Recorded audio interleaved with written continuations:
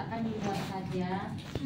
Benangnya juga, jarum dan benang, kalau dia masih terbungkus seperti ini, berarti ini masih aman untuk kita letakkan di luar.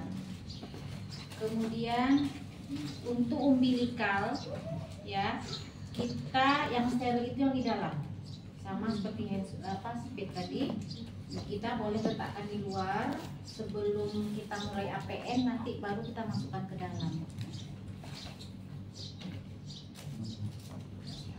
Kita perlu persiapkan lidokain untuk heading jika ada yang robek ataupun luntur, kemudian oksitosin, ya, kemudian Fitka untuk nanti disuntikan ke bayi supaya tidak terjadi pendarahan. Di dalam membantu asuhan persalinan, kita mempunyai persiapan alat. Ada set untuk part to set dan ada lagi ini adalah heading set, ya. Di dalam part to set isinya harus ada handscoon minimal 2 pasang, ya.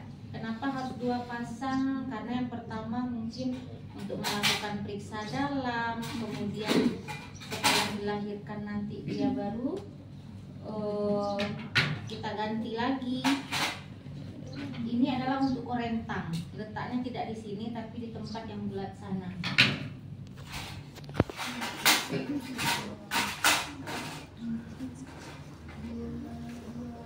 Dua pasang handscoon, kemudian ada gunting episiotomi, ya. Ini namanya gunting epis. Gunting epis itu ada 2 macam, ada yang di bawahnya ini seperti datar, gunanya untuk mencegah luka pada bagian dalam pada saat kita melakukan pemotongan pada jalan lahir.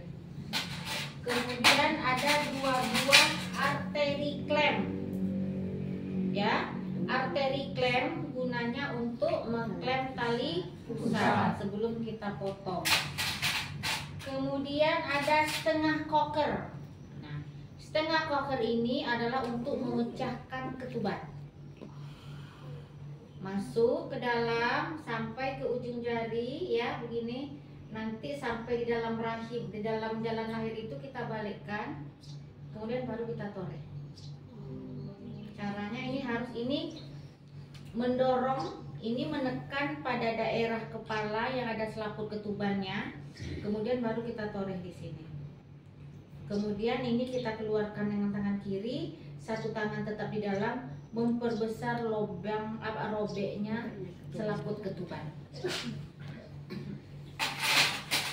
Yang berikutnya adalah gunting plasenta, bentuknya seperti ini. Jangan sampai salah mengartikan ambil gunting plasenta, kata dosennya waktu ujian, nanti diambil yang runcing. Yang runcing itu gunting jaringan. Kalau gunting plasenta bentuknya agak setengah melengkung, kemudian ujungnya tumpul, supaya nanti tidak mencederai bagian tubuh bayi jika ini tersentuh ke tubuh bayi. Kemudian ada namanya kateter. Ini adalah metal kateter, ya, dan ini adalah nelaton kateter. Fungsinya ketika kita mau melakukan persalinan dan kepala bayi tidak turun-turun, salah satu penyebabnya adalah vesika urinaria ibunya penuh, tapi ibu tidak bisa buang air kecil. Jadi caranya supaya kita raba fundus blasnya ternyata memang penuh, kita pasangkan kateter. Ini kita pasang, cairan yang keluar itu akan lebih banyak, ya, tapi memang agak sedikit berasa oleh pasien.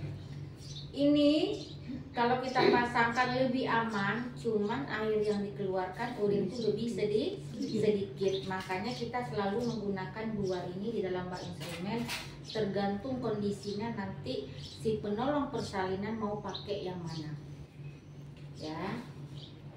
Tuh. Ini kain pengalas. Kalau kita mau sifatnya steril, gunanya untuk menahan perineum. Kalau mau sifatnya steril, letakkan di dalam bak instrumen. Tapi kalau cukup dengan bersih saja, kita letakkan sama dengan perlengkapan yang lainnya. Bak instrumen yang kedua adalah bak instrumen yang berisi heating set. Heating set ini adalah untuk menjahit jika ada perineum yang luntur ataupun robek. Isinya ada nail folder. Ini nail folder fungsinya adalah untuk menjepit benang jarum ketika kita akan melakukan heating. Kalian udah pernah belajar heating? Belum, Bu. Ya, jepit kan karena jarumnya kan berbentuknya setengah melengkung gitu. Pegang, kemudian baru kita lakukan. Nah, kemudian ada pinset anatomi dan sirugi. Sebahagian ada yang tidak memerlukan pinset, tergantung teknis dia di lapangan itu menjahit seperti apa. Sebagian lagi tenaga penolong itu memang betul-betul tergantung dari pinset. Kemudian gunting heating. Gunting heating ini yang bentuknya seperti ini bisa untuk membuka benang dan memotong benang. Dan tidak lupa handsaw.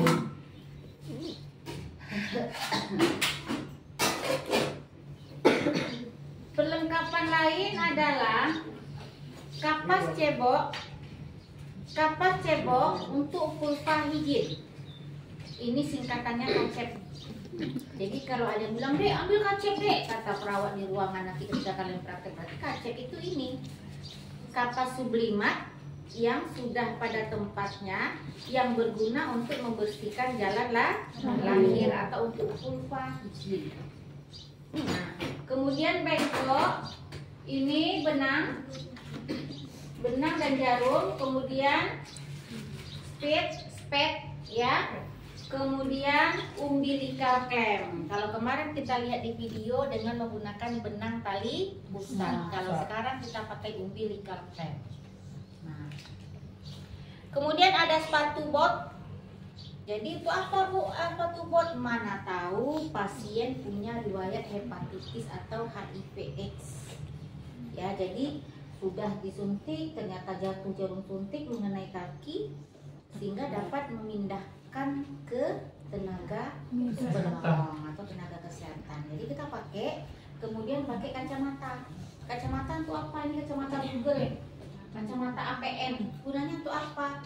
Mana tahu ketika kita VT tiba-tiba ketubannya pecah, remprot, kena mata, ya, sehingga dia ternyata pasien yang menderita hepatitis, kemudian bisa ditularkan kepada penolong. Ya, jadi ini betul-betul adalah safety kita. Nah, urutan pemakaiannya itu nanti disesuaikan dengan urutan dalam daftar tilik. Nah, kemudian ada piring plasenta. Ya, ini plasenta jika sudah keluar bisa dimasukkan ke sini yang sudah kita alasi dengan kantong nanti.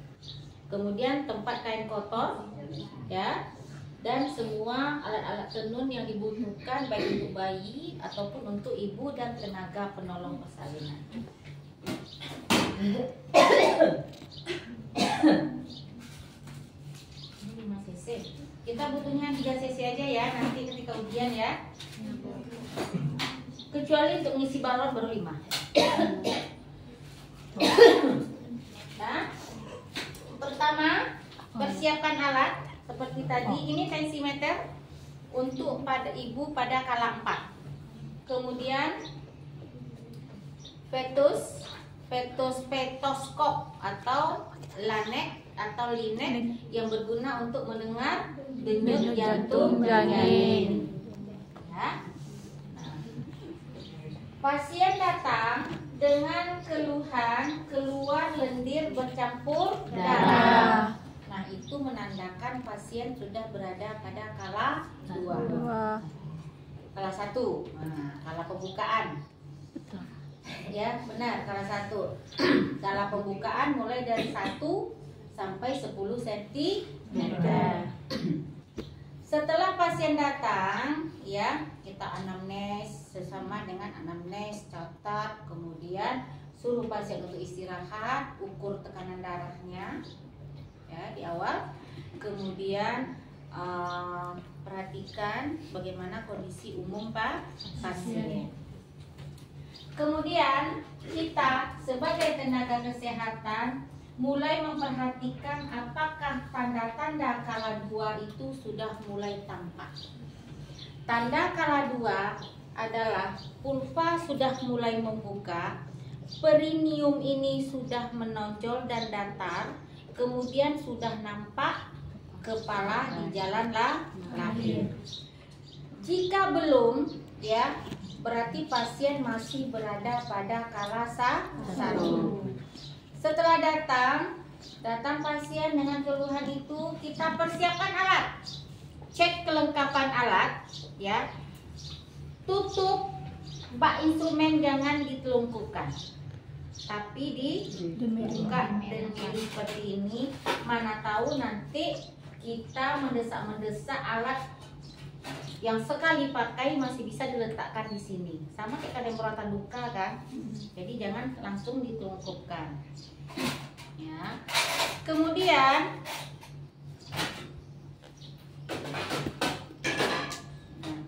ambil spek, periksa dulu kelengkapan alat, apakah di dalamnya itu sudah lengkap atau belum. Yang pasti di dalam partusen terdiri dari alat-alat yang tadi sudah Ibu sampaikan. Jangan lupa dili.